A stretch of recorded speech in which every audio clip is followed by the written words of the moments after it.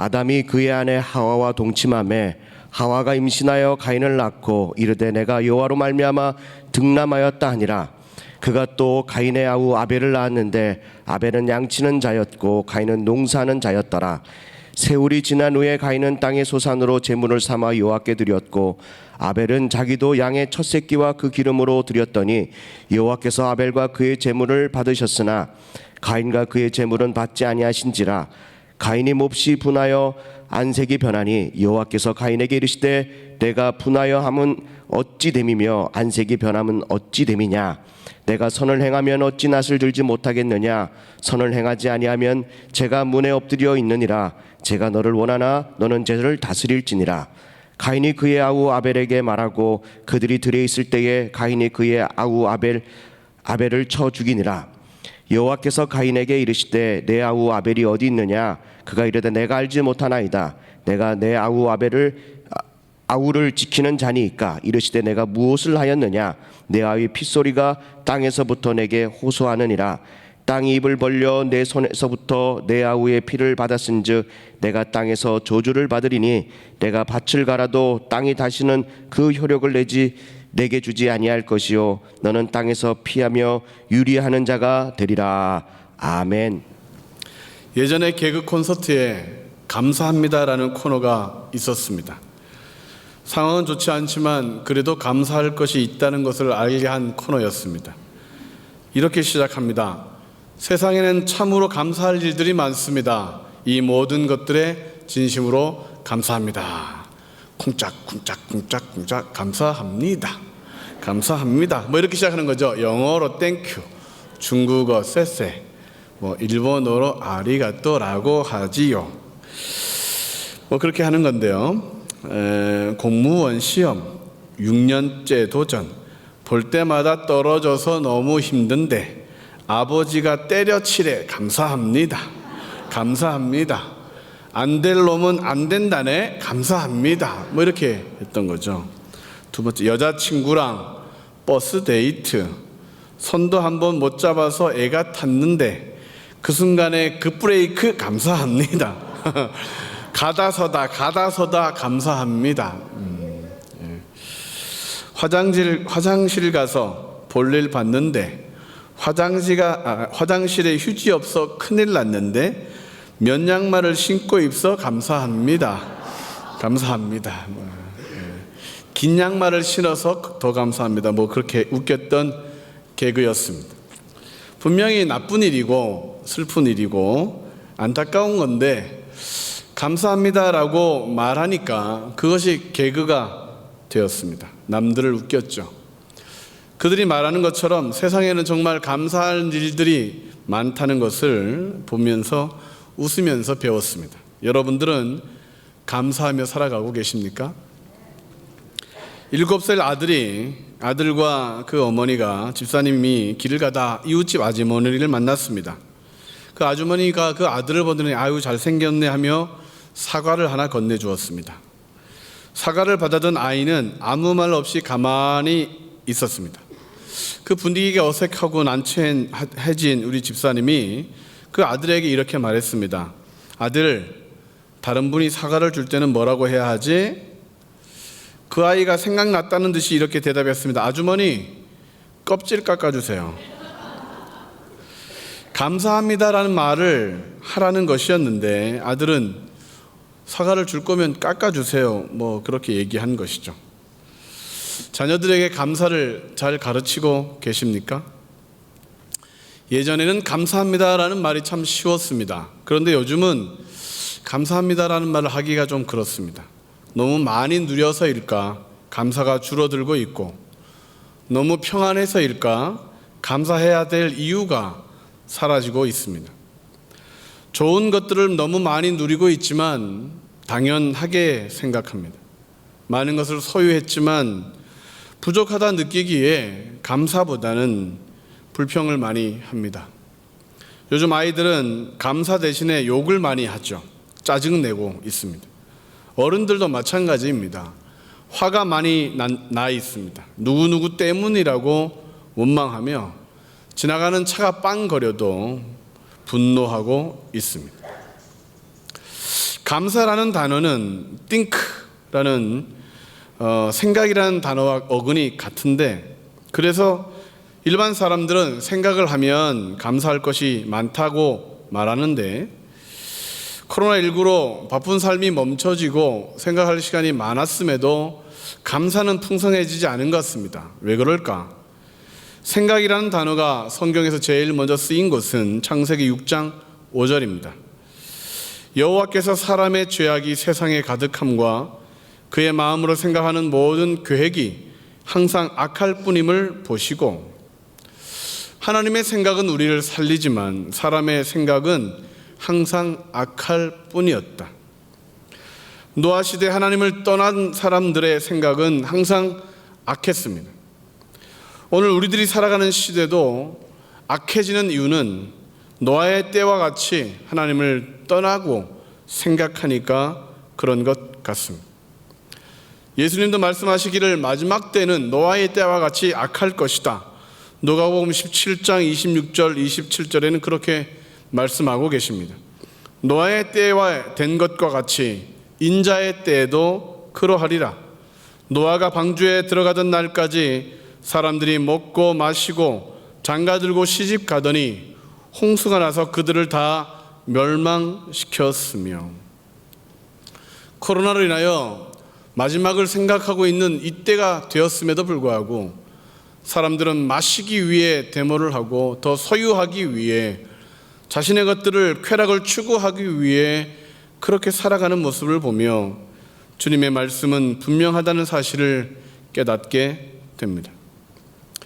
여러분들은 주로 무슨 생각을 하십니까? 생각할 때마다 감사할 것이 생각난다면 하나님의 사람입니다. 그런데 생각하면 할수록 화가 나고 부정적이고 원망이 된다면, 슬픈 생각이 꼬리를 문다면 우리는 위험한 사람입니다.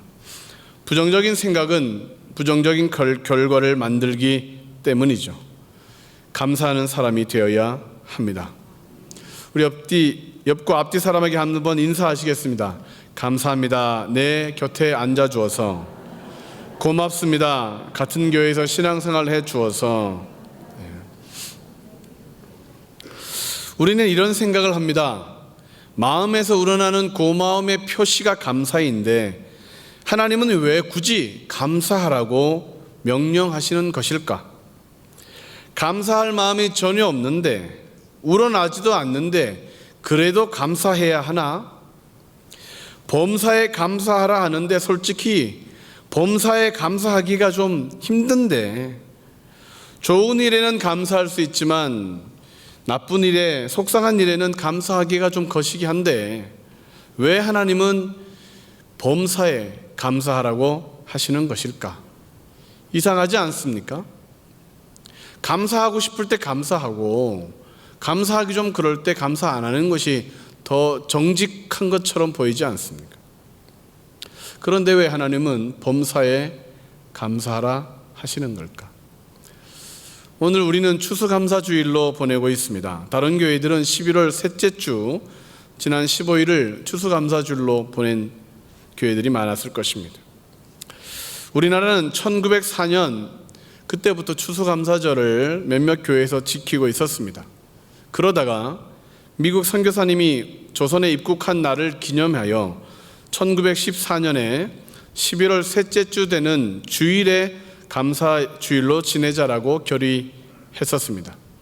쭉 진행되어 오다가 추수감사절이라고 하는 것이 우리의 시차와 또 고유 명절인 추석과 맞지도 않고, 교회들이 그것이 미국의 추수감사주일과 우리의 감사하는 좀 차이가 있음을 발견하고 날짜를 변경하여 추수감사주일을 보내고 있습니다.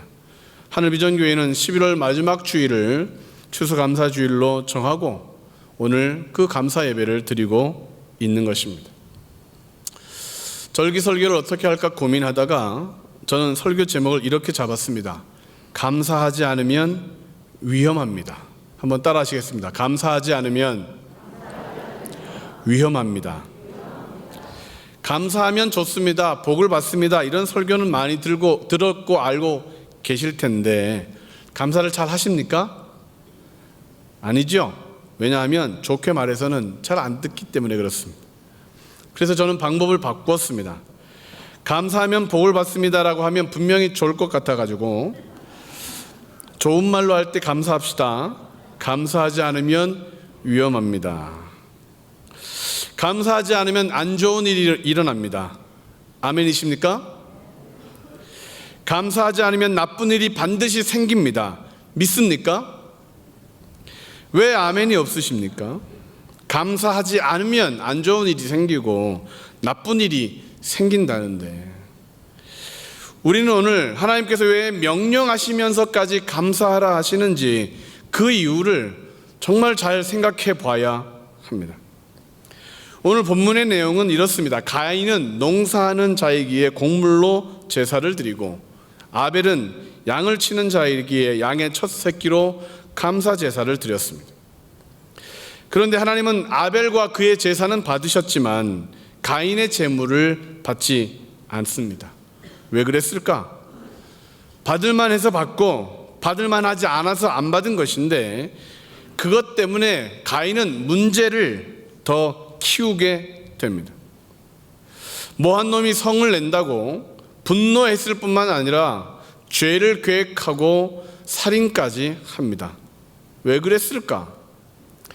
가인의 제사는 무엇이 문제였기에 하나님이 받지 않으셨고, 가인은 왜 동생을 죽이면서까지 그 분노를 풀지 못했던 것일까? 분명한 것은 가인과 아벨이 드린 제사는 감사의 제사였습니다. 오늘 예배에, 감사 예배에 혹시 졸거나 딴 생각하다가 예배에 실패하면 큰일 납니다. 믿으십니까? 아멘이 없을 줄 알았습니다. 가인에게 왜 감사를 실패하였더니 안 좋은 일이 생겼느냐? 첫 번째로, 감사하면 위험한데 감사하지 않으면 비교하다 소중한 것들을 잃어버리기 때문에 위험한 것입니다. 한번 읽겠습니다. 시작. 감사하지 않으면 비교하다 소중한 것들을 잃어버리게 됩니다. 3절부터 5절까지를 보면 그 내용이 나와 있습니다. 가인은 자신의 것으로 제사를 드렸습니다. 아벨도 자신의 제사로 감사를 드렸습니다. 그런데 하나님께서 자신의 것을 받지 않으셨다면 가인은 자신의 마음과 생각을 고쳤어야 했습니다. 아, 내가 뭔가 잘못된 것이 있겠구나. 아벨이 제대로 한 것이겠구나. 그랬어야 되는데 가인은 비교했습니다. 하나님을 원망하고 편애한다고 생각하며 미움과 시기의 마음이 그를 사로잡았습니다. 감사하지 못하는 사람들의 마음에는 비교의식이 항상 있습니다. 그래서 전문가들은 비교의식을 감정노동이라고 표현합니다.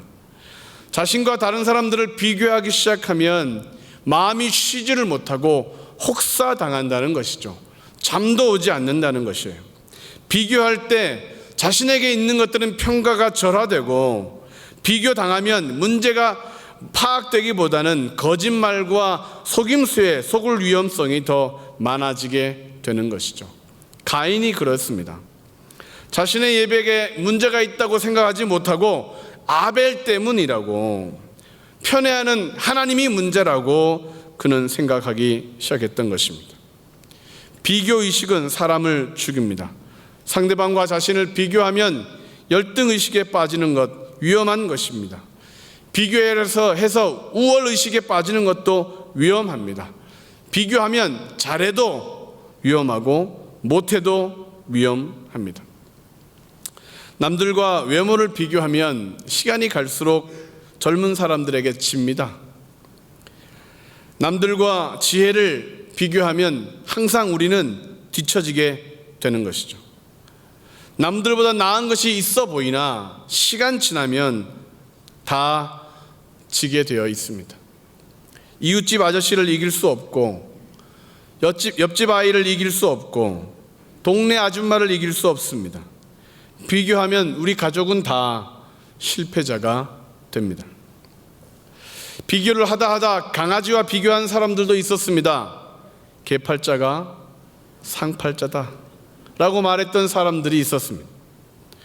강아지와 비교하면 강아지보다 못한 인생이 되는 것입니다. 비교의식을 깨뜨릴 수 있는 방법은 감사입니다. 시험을 당할 때 감사하는 사람은 이기지만 감사하지 못하는 사람은 좌절하게 됩니다. 로마서 1장 21절, 왜 감사해야 되느냐? 하나님을 알되 하나님을 영화롭게도 아니하며 감사하지도 아니하고 오히려 그 생각이 허망하여지며 미련한 마음이 어두워졌나니. 감사하지 않았더니 생각까지 허망하여졌더라. 멸망을 당하게 되더라. 감사하지 않으면 우리의 삶에 좋은 것들은 다 사라지게 됩니다. 우리의 감사를 막는 가장 큰 것들은 아마 물질일 것입니다. 디모데전서 6장 10절의 말씀을 보면 돈을 사랑함이 일만하게 뿌리가 되나니 이것을 탐내는 자들은 미혹을 받아 믿음에서 떠나 많은 근심으로써 자기를 찔렀도다. 돈을 사랑함이 일만하게 뿌리다. 돈을 싫어하는 사람은 없습니다. 그러나 그것을 사랑의 대상으로 삼으면 문제가 되는 것입니다. 돈은 사용할 대상이지 사랑할 대상이 아닙니다.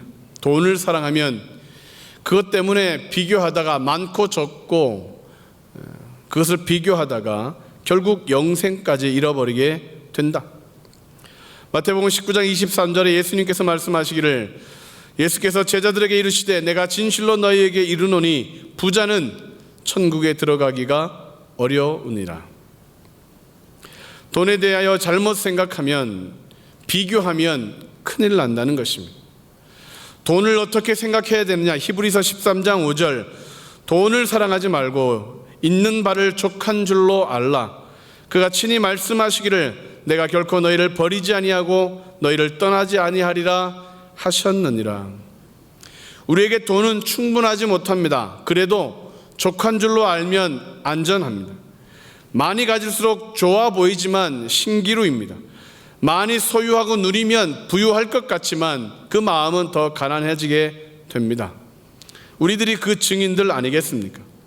우리는 지금까지 이 땅에 살았던 많은 사람들보다 더 많은 것을 소유하고 있습니다. 조선시대 그 어떤 왕보다 더 잘 먹고 있습니다. 그런데 만족하지 못합니다. 배는 부른데 만족하지 못하고 부딪힌다고 말하며 우리는 불편해합니다. 비교하면 왜 나쁜 일들이 생기느냐? 비교의 영은 사단의 영이기 때문에 그렇습니다. 이사야서 14장 13절로 15절 말씀을 보면 사단이 누구와 비교했는지가 나옵니다. 내가 내 마음에 이르기를 내가 하늘에 올라 하나님의 뭇별 위에 내 자리를 높이리라. 내가 북극 지폐의 산 위에 앉으리라. 가장 높은 구름에 올라가 지극히 높은 이와 같아지리라 하는도다. 그러나 이제 내가 수월 곧 구덩이 맨 밑에 떨어짐을 당하리로다. 교만하여 비교하다 결국 하나님 자리까지 차지하려고 하였으나 떨어져서 맨 밑에 떨어졌다. 수월 심판을 받았습니다.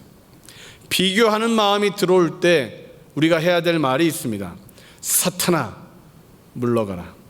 아이고 저 아줌마 이쁘네. 사탄아 물러가라. 아이고 저 아저씨 살면 행복하게. 사탄아 물러가라. 다른 사람과 비교하면 우월해도 문제, 낙심해도 귀신에게 자리를 내주는 것이 됩니다. 저의 둘째 딸이 초등학교 때 저에게 이런 질문을 한 적이 있습니다. 아빠, 왜? 우리 가난하지? 돈 없지? 깜짝 놀랐습니다. 왜냐하면 그때는 돈이 없을 때였습니다. 그렇게 질문하고 저를 치근하게 바라보는 딸의 눈을 보며 저는 이렇게 대답했습니다. 왜? 가난해 보여? 아니야. 우리는 가난하지 않아. 너에게 필요한 거 있을 때 아빠가 다 줬지? 응. 너에게 더 필요한 거 있으면 아빠에게 말해. 아빠가 다 줄게. 우리 가난하지 않아. 그렇게 아이를 토닥였습니다. 그렇게 대답을 하고서 제가 제일 먼저 한 일이 무엇인지 아십니까? 하늘을 쳐다보는 것이었습니다. 하나님, 아버지, 저희들 가난한가요? 필요한 거 있을 때 기도하면 되죠. 그때 하나님이 필요한 것이 있으면 다 기도해라, 내가 들어줄 것이다 라고 대답하지 않으셨습니다. 대신 제 모습을 보며 깨닫게 해주셨습니다. 내 몸을 봐라, 그 몸이 굶은 몸이냐.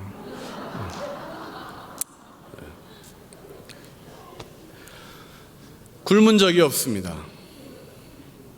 부족한 것이 없었습니다. 저는 미국에도 다녀왔습니다. 7년간 한국에서 돈을 보내주지 않았습니다. 그래도 잘 먹고 잘 살았습니다.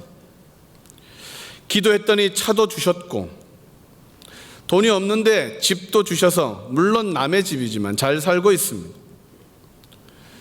돌아보면 없어야 할 것은 없게 하셨고, 있어야 할 것은 다 있게 해 주셨습니다. 할렐루야. 아버지에게 있으면 됩니다. 딸이, 자녀가 지금 자기의 손에 수중에 돈이 없다고, 물질이 없다고, 가난하다고 말하면 그건 착각인 것입니다. 아버지가 많으시면 됩니다. 그분이 부유하시면 됩니다. 구하면 주시는데, 감사하지 않았던 가인은 소중한 것을 다 잃어버립니다. 하나님 아버지를 잃어버려 가난해지고, 부모도 잃어버리고, 동생도 잃어버리고, 홀로 유리방황하는 신세가 되었던 것입니다. 왜요? 감사하지 않았기에. 없는 것 때문에 절망하고 있는 것까지 다 빼앗기는 그런 인생이 되었어요. 왜요? 감사하지 않았기 때문에, 실패했기 때문입니다. 여러분, 감사하시겠습니까? 둘째로, 왜 감사하지 않으면 위험한가? 감사하지 않으면 유혹에 넘어져 죄악을 저지르게 됩니다. 시작. 감사하지 않으면 유혹에 넘어져 죄악을 저지르게 됩니다. 6절부터 8절까지의 내용을 보면 하나님께서 분노하고 있는 가인을 찾아와 그러지 마라, 선을 행해라, 죄가 문에 있다, 죄를 다스려라, 그렇게 말했음에도 불구하고 아벨을 쳐 죽이는 장면이 나옵니다. 하나님이 친절하게 찾아오셔서 분노하는 가인을 도리어 위로하고 있습니다. 선을 행해라, 분내지 말고 유혹을 이겨라. 그때도 가인은 하나님의 이 방문, 하나님의 이 말씀에도 감사하지 않았습니다. 회개하지도 않았습니다. 결국 가인은 해서는 안 되는 가장 악한 일을 가장 가까운 사람에게 행했습니다. 하나님이 미리 말씀을 주셨음에도 그런 생각을 돌이키지 않았습니다. 경고했음에도 죄를 선택했습니다. 왜요? 감사의 마음이 없으니까. 자신의 행동을 정당화했습니다. 그래서 9절에 이렇게 말씀했습니다. 여호와께서 가인에게 이르시되 내 아우 아벨이 어디 있느냐? 그가 이르되, 가인이 이르되, 내가 알지 못하나이다. 내가 내 아우를 지키는 자니이까? 감사하지 않았더니 죄를 범했을 뿐만 아니라 그것을 정당화하고 있습니다. 화가 나서 그랬습니다. 힘들어서 그랬죠. 어쩔 수 없어서 그랬습니다. 저 사람이 먼저 빵 했어요. 저 사람이 먼저 차 앞을 지나왔어요. 저 사람이 나에게 나쁜 말을 먼저 했어요. 핑계 없는 무덤처럼 감사하지 않으면 모든 것을 합리화시킵니다.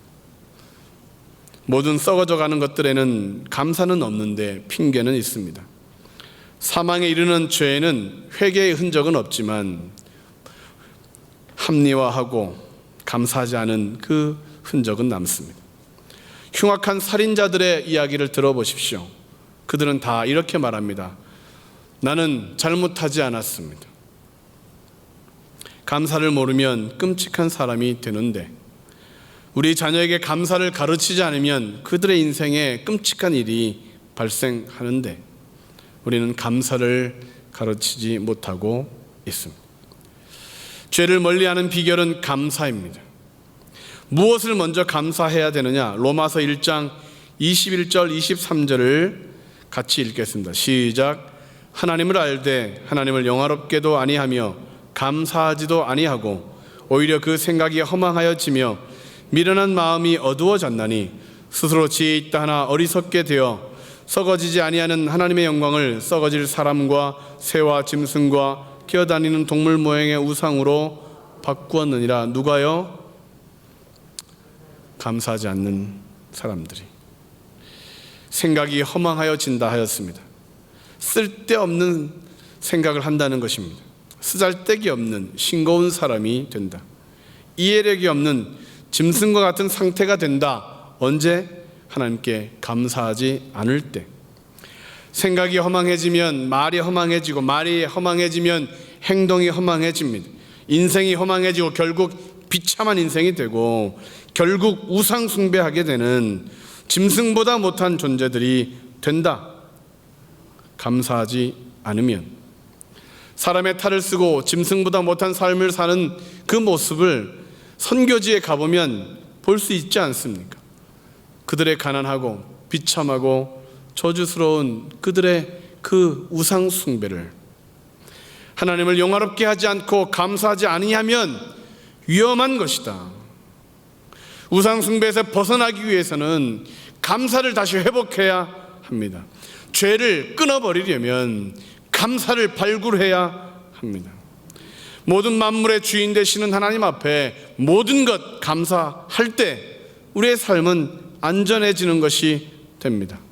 하나님을 잊어버리면 죄가, 영광을 돌리지 않으면 아픔과 슬픔이 찾아오고, 감사하지 않으면 그때부터 일들이 꼬이고 그때부터 일들이 틀어지기 시작하는 것인데, 감사를 해야 합니다. 그 감사를 어떻게 회복하느냐? 빌립보서 4장 6절과 7절에는 감사 회복의 방법이 나와 있습니다. 아무것도 염려하지 말고 다만 모든 일에 기도와 간구로 너희 구할 것을 감사함으로 하나님께 아뢰라. 그리하면 모든 지각에 뛰어난 하나님의 평강이 그리스도 예수 안에서 너희 마음과 생각을 지키시리라. 감사는 기도와 밀접한 관계가 있습니다. 감사함으로 하나님께 아뢰라, 기도하라. 염려가 사라질 것이다. 모든 간구에 응답하심으로 복을 받을 것이다. 적극적인 사고, 긍정적 생각을 하라는 것이 아니라 하나님께 기도해야 되는 것입니다. 염려하고 걱정하는 사람은 기도하지 않습니다. 기도하면 걱정, 근심, 슬픔, 좌절, 절망이 사라지게 되는데, 기도하지 않으니까 그것들이 찰싹찰싹 달라붙는 것이죠. 그래서 하나님은 명령하여 감사해라.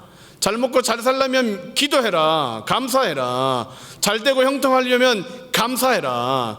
그 앞부분을 말씀하지 않고 감사해라. 무조건 감사해라. 범사에 감사해라. 거기 가로는 우리가 채워야 되죠. 우리의 자녀가 잘 되려면 감사하라. 한번 가정이 행복하려면, 축복된 인생이 되려면, 따라하신 분들에게 축복이 있을 줄로 믿습니다. 범사의 모든 상황과 환경 속에 감사하라. 그래야 된다. 기도 생활이 없으면 감사가 회복될 수 없습니다. 생각이 많은 사람은 염려가 충만할 뿐이지 기도해야만 은혜가 충만해지게 됩니다. 근심은 한다고, 걱정은 한다고 사라지지 않습니다. 해결되지 않습니다. 기도할 때. 기도하지 않으면 저주가 떠나지 않습니다. 귀신이 떨어지지 않습니다. 기도를 시작할 때. 기도를 멈추지 말고 계속해야 사단의 견고한 진이 무너지게 됩니다. 감사함으로 기도하면 여리고성과 같은 견고한 진들도, 저주들도 끊어져 나갈 것입니다. 2020년 2월 한국 역술인협회 조사에 의하면 우리나라에 역술인이 60만 명이 넘는다고 합니다. 역술인이란 무속인들과 역술인, 점쟁이들을 다 통칭하는 말입니다. 이 점술 시장의 규모가 4조 원이 넘는데, 신을 모시고 있는, 그 중에 60만 명 중에 귀신을 모시고 있는 무속인이 15만 명이라고 합니다. 그러니까 4집 중에 한 집에는 용한 사람들이 앉아 있는 것입니다. 창문을 열어놓고. 그리고 단기 학원, 문화센터에서 5개월만 배우면 90에서 95% 합격을 받아서 자격증을 얻는다고 합니다. 회원으로 가입된 사람만 60만 명이고 가나안 무당들이 있는데 미등록 가나안 무당들까지 치면 100만 명이 넘는다고 합니다. 지난 10년 동안 2배 이상 증가하고 있고 지금 확산세가 어마어마하다고 합니다. 무속인들이 왜 늘어날까? 이유는 딱 하나입니다. 하나님의 사람들이 기도하지 않으니까. 로또 복권 시장보다 무속인 시장이 더 큽니다. 우리나라 영화 산업, 인텐즈 산업과보다 비교할 정도로 규모가 커졌습니다. 요즘은 외국 것들까지 들어와 가지고 더 다양하게 TV, 또 스마트폰, 무료 그렇게 많이 다양해지고 있습니다. 왜 이런 현상들이 생기는 걸까? 무속인들 중에 교회를 다녀봤거나 예수님을 믿었던 경험이 있는 사람이 몇 프로나 될까요? 놀라지 마십시오. 거의 80%나 된다고 합니다. 교회를 다니던 사람이 어떻게 무당이 되고 귀신을 섬기는 사람이 되는가? 기도하지 않으니까 껄쩍지근해지고 안 좋은 일들만 생기니까 교회를 떠나가게 되고 에이 그러면 어떻게 하면 되나? 귀신이라도 모셔야 되겠다. 그래서 결국 그렇게 된 겁니다. 기도 안 하시면 여러분들도 위험합니다. 믿으십니까? 하나님께 감사하지 않고 하나님의 영광을 위해 살지 않고 하나님께 기도하지 않으니까 사단의 영이 들러붙어서 너 돈을 따라가야 산다. 너 사람을 의지해야 산다. 너 누구누구랑 같이 다녀야 산다라고 말하며 쾌락을 즐겨야 인생은 가치 있는 것이다. 귀신의 속삭임에 속아 넘어가 결국 멸망하는 줄도 못하고 모르고 그렇게 창문 열어놓고 있는 것이죠. 감사하지 않으면 원망과 불평의 영에 사로잡히게 되는데 감사하려면 기도해야 되는데 교회에서 기도하자고 해도 나오지도 않고 지난 주간에 배신이라고 말해도 배신을 회개하지도 않고 기도해야 감사가 회복되고 감사해야 우리의 인생이 펼쳐지는데 그래서 명령까지 하셨음에도 불구하고 교회를 나오면 무엇하나 감사해야 되는데 시편 50편 22절 하나님을 잊어버린 너희여 이제 이를 생각하라. 그렇지 아니하면 내가 너희를 찢으리니 건질 자 없으리라. 감사로 제사를 드리는 자가 나를 영화롭게 하나니 그의 행위를 옳게 하는 자에게 내가 하나님의 구원을 보이리라. 하나님을 잊어버렸습니다. 찢어버리겠다고 감사를 잊어버리니까 하나님을 잊어버리고 하나님을 영화롭게도 안 하고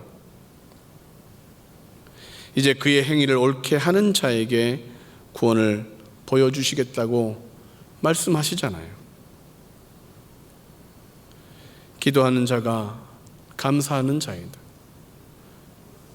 눈만 감았다가 뜨고 앉았다가만 일어나고 나왔다가만 가면 사람은 몰라도 하나님은 아십니다. 가인의 제사에 무엇이 빠졌는지 하나님은 아신 것처럼 그러므로 감사하지 않으면 위험합니다. 감사하지 않으면 유혹에 넘어져서 죄악을 범하는 인생이 되기 때문입니다. 마지막으로 왜 감사하지 않으면 위험한가? 감사하지 않으면 죄가 따라다녀 모든 일에 저주가 임하게 됩니다. 시작. 감사하지 않으면 죄가 따라다녀 모든 일에 저주가 임하게 됩니다. 11절 12절을 같이 한번 읽겠습니다. 땅이 그 입을 벌려 내 손에서부터 내 아우의 피를 받았은즉 내가 땅에서 저주를 받으리니 내가 밭을 갈아도 땅이 다시는 그 효력을 내게 주지 아니할 것이요 너는 땅에서 피하며 유리하는 자가 되리라. 가인이 죄를 범했는데 고통을 당하는 것은 땅입니다. 땅은 잘못이 없는데 열매를 맺지 못합니다. 하나님은 가인에게 땅은 더 이상 효력이 없어 너 이제는 땅을 피하고 살아야 돼. 가인에게 열매 한 톨도 허락되지 않습니다. 가인은 농사하는 자였습니다. 그런데 땅이 저주를 받았습니다. 원래 가인은 땅의 소산물로 하나님께 제사를 드릴 만큼 가인에게 땅은 친근한 장소였습니다. 전에는 씨를 흘리고만 다녀도 열매가 맺었는데 이제는 씨를 잘 심고 물도 주고 햇빛도 주고 해도 열매가 맺히지 않습니다. 손대는 것보다 안 되는 사람이 되었습니다. 그냥 아무것도 안 하고 가만히 있는 것이 가족을 도와주는 사람이 됐습니다. 실패가 따라다니고 저주받은 사람처럼 그 사람과 엮이면 안 되는 사람이 있습니다. 남들은 잘 되는데 그 사람만 시작하면 실패가 되고 뒤로 넘어져도 코가 깨지는 사람, 회개해야 됩니다. 길 가다 돌부리에 넘어지고 지나가는 비도 다 맞고 세차하면 그 다음날 비가 오는 사람 있으십니까? 회개해야 합니다. 뭘 해도 안 되는 일은 회개해야 합니다. 자녀에게 저주가 임하는 것은 부모의 책임입니다. 천대까지 복을 받게 하는 것도 부모의 책임입니다. 가인의 실패는 어쩌면 아담과 하와의 실패에서 기인되었을 수 있습니다. 1절 말씀을 같이 한번 읽어보겠습니다. 아담이 그의 아내 하와와 동침하매 하와가 임신하여 가인을 낳고 이르되 내가 여호와로 말미암아 득남하였다 하니라. 뭔가 이상하지 않습니까? 틀린 말은 아닌데 그렇다고 맞는 말처럼 들리지 않는 이유가 뭘까요? 가인이라는 이름의 뜻은 얻다, 소유하다라는 의미입니다. 하와는 가인을 소유했습니다. 하와는 가인을 소유했을 뿐만 아니라 득남하였다 하였는데 이 득했다라는 뜻 중에 창조했다라는 말도 들어있습니다. 가인을 바라보는 아담과 하와의 시선을 한번 생각해 봅니다. 그 아들이 뱀의 머리를 부술 것이라고 생각했을 것입니다. 자신들의 모든 저주와 슬픔, 어쩌면 낙원으로 다시 들어갈 수 있게 하는 아들이 될 수 있을 것이라고 기대했을 것입니다. 부모의 못다 이룬 꿈을 그리고 그들의 모든 기대를 가인에게 두었을 때 가인의 삶은 불행해지기 시작했을 것입니다. 부모의 부담되는 기대 때문에 가인은 버릇 없어지기 시작했을 것입니다. 부모의 집중되는 관심 때문에 위선적인 모습으로 착한 모습으로 사는 것처럼 보였을 것입니다. 아담과 하와는 하나님에게서 기쁨을 찾았어야 되는데 하나님에게 소망을 두었어야 되는데 가인에게서 찾자, 가인에게 기대하자, 정작 가인이 망가지기 시작한 것입니다. 아담의 지나친 사랑, 하와의 비정상적인 기대로 인하여 가인은 점점 문제아가 되었을 것입니다. 쉽게 분노하고 폭력적이 되며 위태위태한 아들, 그 아들의 입에는 감사가 없고 항상 불평과 불만이 가득했을 것입니다. 그러던 날 걱정하던 일들이 창세기 4장에서 일어났을 수 있습니다. 감사할 줄 모르는 아이로 키우면 위험합니다. 죄인이 되고 결국 저주의 인생이 되는 것이죠. 저주를 끊어버리는 비결, 하나님께 감사하는 것이다. 아이 때부터 감사하게 하라. 비스켓 하나를 받아도 감사하게 하라. 어디 사과 껍질을 깎아달라고 그냥 우리는 감사하기 위해 창조적일 필요는 없습니다. 누리게 된 것을 그냥 감사하면 됩니다. 누군가로부터 받은 것이라면, 내 것이 아니라면 감사하면 됩니다. 공기를 감사하고, 오늘 예배 드리는 이 성전을 감사하고, 함께 드리는 성도를 감사하고, 남편과 아내에게 감사하면 천국이 되고, 자녀를 주심에 감사하고 그 하나님을 더 의지하면 자녀가 위인이 되지 않겠습니까? 직장이, 사업이, 하는 모든 일들이 감사하기 시작하면 형통해지게 될 텐데, 그러면 귀신이 떠나고 저주가 끊어질 텐데 왜 감사를 안 하십니까? 감사하지 않으면 위험합니다. 결론을 말씀드립니다. 제가 지금도 신기하게 생각하는 것은 비행기가, 그 큰 비행기가 하늘을 난다는 것입니다. 그 쇳덩어리가 어떻게 하늘을 날 수 있을까? 비행기를 타서 할 때도 뜰까 고민하죠. 우주 공간에는 중력이라는 것이 있습니다. 두 물체가 서로 당기는 힘, 이것을 만유 인력이라고도 부르는데, 비행기가 하늘을 날려면 이 지구가 잡아당기는 중력을 이겨야만 합니다. 중력으로부터 자유해야만 비행기가 뜰 수 있습니다. 그래서 엔진이라는 추진체로 뜨는 힘을 팍 뿜어내는 것이죠. 그것을 양력이라고 합니다. 중력을 이기는 양력이 있을 때, 1이라도 양력이 크면 그 무거운 비행기는 뜹니다. 아무리 크고 무거운 쇳덩어리라고 하더라도 중력보다 양력이 크면 뜨는 것이죠. 영적으로 본다면 우리의 삶에 힘들고 어려운 일이 있습니다. 슬픈 일들이 많습니다. 걱정되고 근심되는 일들이, 지치게 하는 일들이 여전히 우리의 삶에는 있습니다.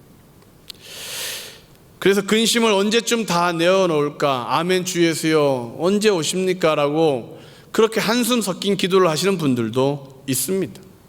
주님, 저 빨리 데려가 주세요. 몸이 더 아프기 전에, 내 기억이 온전하기 전에, 그렇게 저녁에 주무실 때 이 밤에 데려가시면 좋겠어요 말하시는 분들도 계실 것입니다. 근데 그런 분들이 불평하고 원망하지 않는 이유는 이 양력 때문입니다. 그래도 하나님의 은혜가 오늘 하루 나를 지켜줬다. 그래도 그 크신 하나님의 은혜가 나의 이 고난보다 크다. 고난이 없어서 감사하는 것이 아니라 하나님의 그 큰 은혜가 더 크기에 감사할 수 있다. 힘들고 지쳤어도 감사할 수 있는 이유는 하나님이 여전히 그 사랑으로 우리를 안아주시기 때문에 그렇다.